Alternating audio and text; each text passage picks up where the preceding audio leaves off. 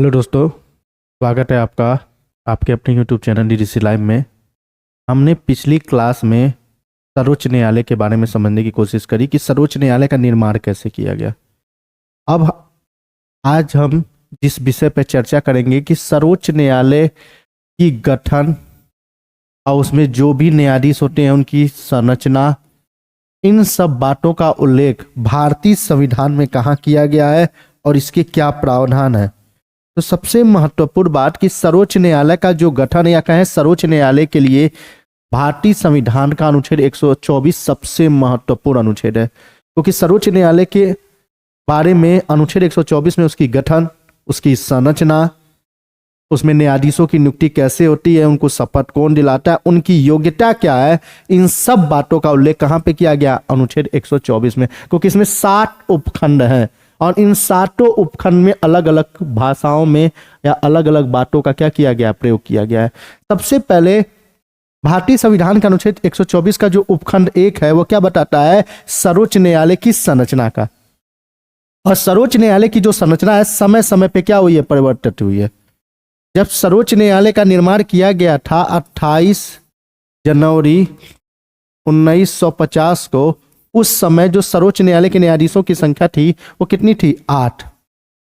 लेकिन वर्तमान समय में जो न्यायाधीशों की जो संख्या है वो ये बताई गई है कि एक मुख्य न्यायाधीश होगा और साथ ही साथ 33 अन्य न्यायाधीश होंगे। और टोटल यदि बात की जाएगी तो सर्वोच्च न्यायालय के न्यायाधीशों की संख्या कितनी होगी? 34 होगी। मतलब वर्तमान परिस्थिति ये बताती है सर्वोच्च न्यायालय की संरचना का कि एक मुख्य न्यायाधीश तथा 33 अन्य न्यायाधीश को सम्मिलित करके सर्वोच्च न्यायालय की क्या की जाएगा? संरचना की जाएगी। और ये जो न्यायाधीश हैं, इन न्यायाधीशों की नियुक्ति का वर्णन किया गया है, क्योंकि सर्वोच्च न्यायालय के न्यायाधीश की क्या होती है? नियुक्ति होती है। दूसरा जो सबसे महत्वपूर्ण पहलू है अनुच्छेद 124 का, जिसका उल्लेख भारतीय संविधान के अनुच्छेद 124 के उपखंड 2 में बताया गया है, इसमें यह बताया गया है कि सर्वोच्च न्यायालय के जितने भी न्यायाधीश होंगे, एक मुख्य न्यायाधीश और 33 अन्य न्यायाधीश की नियुक्ति कैसे की जाएगी? तो उनकी नियुक्ति की जाएगी राष्ट्रपति के द्वारा। मतलब कहने का मतलब है कि सर्वोच्च न्यायालय के न्यायाधीश हों या सर्वोच्च न्यायालय का मुख्य न्यायाधीश हो, मुख्य न्यायाधीश का मतलब चीफ जस्टिस ऑफ इंडिया, और साथ ही साथ जो 33 अन्य न्यायाधीश हैं, इन 34 की जो नियुक्ति होगी वो किसके द्वारा की जाएगी? राष्ट्रपति के द्वारा की जाएगी, जो अपने हस्ताक्षर और अपने मुद्रा मतलब मोहर के द्वारा उनको क्या करेगा? नियुक्त करेगा। और वो अपने पद पर तब तक बने रहेंगे जब तक उनकी आयु क्या हो जाए? 65 वर्ष पूरी ना हो जाए। यही बात बताई गई भारतीय संविधान के अनुच्छेद 124 के उपखंड 2 में कि सर्वोच्च न्यायालय के न्यायाधीश की नियुक्ति राष्ट्रपति द्वारा की जाएगी, जो उसके हस्ताक्षर तथा मुद्रा रहित होगी। और वो अपने पद पर कब तक रहेंगे? जब तक उनकी उम्र क्या हो जाए? 65 वर्ष पूरी न हो जाए। जिसका उल्लेख कहां पे किया गया? अनुच्छेद 124 के उपखंड 2 में। और सर्वोच्च न्यायालय का न्यायाधीश अपना त्यागपत्र किसे देता है? तो सर्वोच्च न्यायालय का अपना न्यायाधीश अपना त्यागपत्र किसे देता है? राष्ट्रपति को देता है। नियुक्ति भी राष्ट्रपति करता है और वो अपना त्यागपत्र भी किसको देता है? राष्ट्रपति को देता है।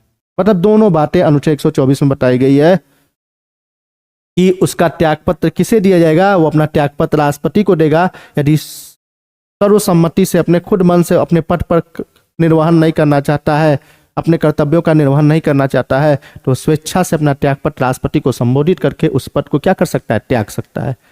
और नियुक्ति भी कौन करेगा? राष्ट्रपति करेगा। अब आते हैं कि उनकी नियुक्ति कैसे की जाती है। तो उसके लिए एक व्यवस्था बनाई गई है। राष्ट्रपति तो नियुक्त करता है, लेकिन राष्ट्रपति कैसे नियुक्त करता है? तो जो चीफ जस्टिस ऑफ इंडिया हैं, जो मुख्य न्यायाधीश हैं, उनको शामिल करके टोटल 5 सदस्यों की एक क्या की गई है? पैनल बनाया गया है। और उसी पैनल को हम क्या कहते हैं? कोलेजियम व्यवस्था कहते हैं। कोलेजियम व्यवस्था में टोटल न्यायाधीशों की संख्या कितनी है? 5। और इसी कोलेजियम व्यवस्था के द्वारा जिस नाम का प्रपोजल दिया जाता है, उसी व्यक्ति को न्यायाधीश के पद पर क्या किया जाता है? नियुक्त किया जाता है राष्ट्रपति के द्वारा। यदि 33 न्यायाधीश की बात होगी तो भी, और एक चीफ जस्टिस ऑफ इंडिया की बात होगी तो भी। मतलब कोलेजियम व्यवस्था क्या है? कोलेजियम व्यवस्था एक पैनल है। कितने न्यायाधीशों का पैनल है? तो 5 न्यायाधीशों का पैनल है। इसमें क्या होता है? तो इसमें एक चीफ जस्टिस ऑफ इंडिया और 4 वरिष्ठतम न्यायाधीश शामिल होते हैं। मतलब टोटल जो 33 प्लस 1 जो 34 न्यायाधीशों की संख्या है, उन 34 न्यायाधीशों में से जो चीफ जस्टिस होगा वो, और साथ ही साथ जो 4 वरिष्ठ न्यायाधीश होंगे, क्योंकि अभी आपको थोड़ी देर पहले बताया गया है कि 65 वर्ष की आयु तक वो अपने पद पर क्या रहेगा, बना रहेगा। तो जो व्यक्ति सबसे ज्यादा वरिष्ठ होता है, उम्र में सबसे बड़ा होता है, उसको कोलेजियम व्यवस्था में क्या किया जाता है, शामिल किया जाता है। और टोटल कितने न्यायाधीश होंगे, 5, जिसमें क्या होगा, चीफ जस्टिस ऑफ इंडिया होगा, और 4 क्या होंगे, अन्य न्यायाधीश होंगे। और इसी न्यायाधीशों के द्वारा, इसी पैनल के द्वारा जिस व्यक्ति के नाम का प्रपोजल दिया जाता है, उसी व्यक्ति को क्या बनाया जाता है, सर्वोच्च न्यायालय का न्यायाधीश नियुक्त किया जाता है। किसके द्वारा, राष्ट्रपति के द्वारा। और चीफ जस्टिस ऑफ इंडिया के लिए एक अवधारणा चली आ रही कि जो सबसे वरिष्ठ व्यक्ति होता है उसी को हम क्या बनाते हैं, भारत का मुख्य न्यायाधीश बनाते हैं। वर्तमान समय में सूर्यकांत शर्मा भारत के क्या है, मुख्य न्यायाधीश है। अब आते हैं योग्यता कि सर्वोच्च न्यायालय के जो न्यायाधीश होते हैं, सुप्रीम कोर्ट का जो जज होता है, उनकी नियुक्ति कौन करता है, तो उसकी नियुक्ति तो राष्ट्रपति करते हैं, लेकिन उसकी योग्यता भी बताई गई। योग्यता क्या बताई गई है, तो योग्यता बताएगी कि भारत का नागरिक होना चाहिए पहले नंबर पे। यदि जो व्यक्ति भारत का नागरिक है वो पहले कंडीशन को पूरा कर चुका है सुप्रीम कोर्ट के न्यायाधीश बनने की, और साथ ही साथ या तो 2 या तीसरे में से कोई भी एक क्या करता हो, क्राइटेरिया को, एलिजिबिलिटी को क्या करता हो, अप्रूव करता हो। पहले नंबर पे है 5 वर्ष तक वो उच्च न्यायालय में क्या रहा हो, न्यायाधीश रहा हो, किसी भी उच्च न्यायालय में, या 2 से अधिक उच्च न्यायालय में। क्योंकि वर्तमान समय में आप जानते हैं कि 25 हाई कोर्ट है हमारे देश में। इन 25 हाई कोर्ट के किसी भी हाई कोर्ट में यदि कोई व्यक्ति 5 वर्ष तक जज के रूप में कार्यरत है, जैसे इलाहाबाद हाई कोर्ट में या पटना हाई कोर्ट में लगातार 5 वर्ष तक जज के रूप में कार्यरत है, तो भी वो क्या हो चुका है, योग्य हो चुका है सुप्रीम कोर्ट का न्यायाधीश बनने का। और साथ ही साथ वो हाई कोर्ट, किसी भी 2 हाई कोर्ट को मिलाकर भी यदि 5 वर्ष तक जज के रूप में क्या कर चुका है, कार्यरत है, तो भी वो क्या हो चुका है, सुप्रीम कोर्ट का न्यायाधीश बनने के लिए क्या हो चुका है, योग्य हो चुका है। साथ ही साथ तीसरा जो कंडीशन है वो 10 वर्ष तक किसी भी उच्च न्यायालय में, एक उच्च न्यायालय में, या 2 से अधिक उच्च न्यायालय में,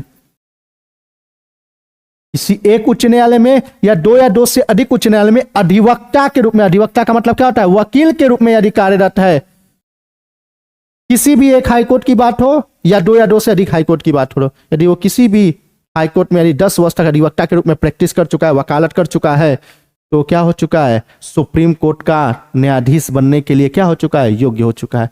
और सबसे अंतिम नंबर पे है कि राष्ट्रपति के ज्ञान में वो क्या हो, विधिवेत्ता हो या न्यायविद हो। न्यायविद का मतलब होता है कानून का क्या हो, जानकार हो। किसके नजर में, राष्ट्रपति के नजर में सबसे अंतिम नंबर है। इन तीनों में से कोई भी एक योग्यता को वो परिपूर्ण करता है कोई व्यक्ति, तो सर्वोच्च न्यायालय का न्यायाधीश बनने के लिए, नियुक्त होने के लिए क्या हो चुका है, योग्य हो चुका है। राष्ट्रपति क्या करेगा, उस व्यक्ति को न्यायाधीश बना सकता है यदि कोलेजियम व्यवस्था के द्वारा उसके नाम का प्रपोजल दिया गया है, जिसका उल्लेख, योग्यता का उल्लेख कहां पे किया गया है, भारतीय संविधान के अनुच्छेद 124 के उपखंड 3 में बताया गया है कि यह महत्वपूर्ण क्या है, योग्यता है। यदि अगली बात को यदि हम चर्चा करें तो वह किसी भी व्यक्ति की यदि नियुक्ति हो गई है तो उसको कैसे हटाया जाएगा। हटाने का मतलब है, हटाने की जो प्रक्रिया है उसी को हम क्या करते हैं, महाभियोग करते हैं। सर्वोच्च न्यायालय के न्यायाधीश हो या मुख्य न्यायाधीश हो, उनको हटाने की प्रक्रिया का भी उल्लेख किया गया है। तो सबसे पहले यदि वो प्रस्ताव है राष्ट्रपति के आदेश के द्वारा ही क्या किया जाएगा, पारित किया जाएगा।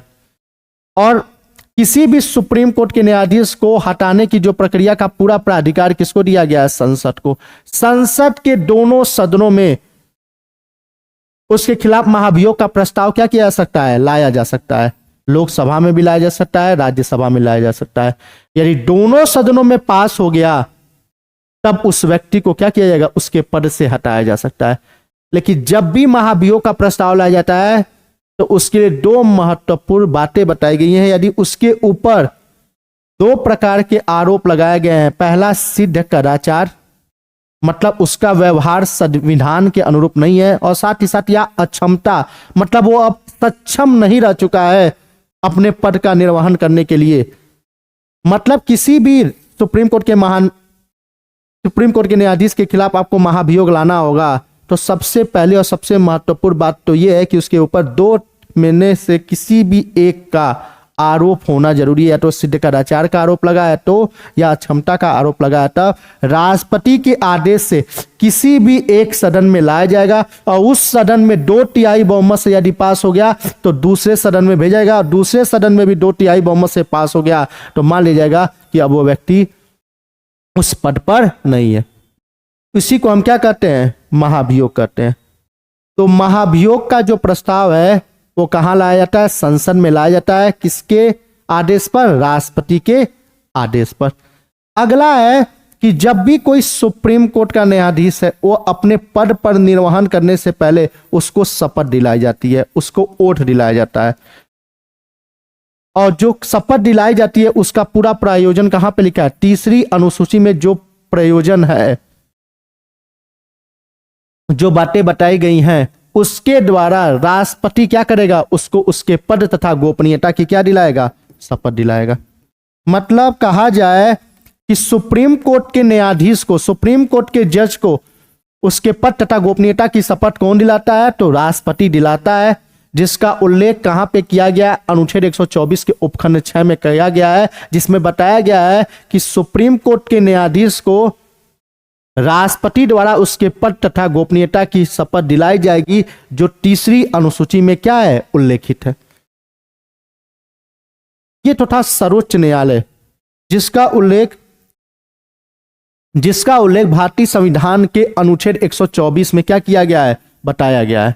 इसकी गठन का उल्लेख किया गया था, इसकी संरचना का उल्लेख किया गया था, न्यायाधीश की नियुक्ति का वर्णन किया गया था, इसको हटाने की प्रक्रिया का वर्णन किया गया था, इसकी योग्यता भी बताए गए थे, जिनके बारे में आज हम लोगों ने विशेष चर्चा की, जो परीक्षा के दृष्टिकोण से क्या है? सबसे महत्वपूर्ण है। फिर मिलते हैं हम एक नए टॉपिक के साथ। जय हिंद।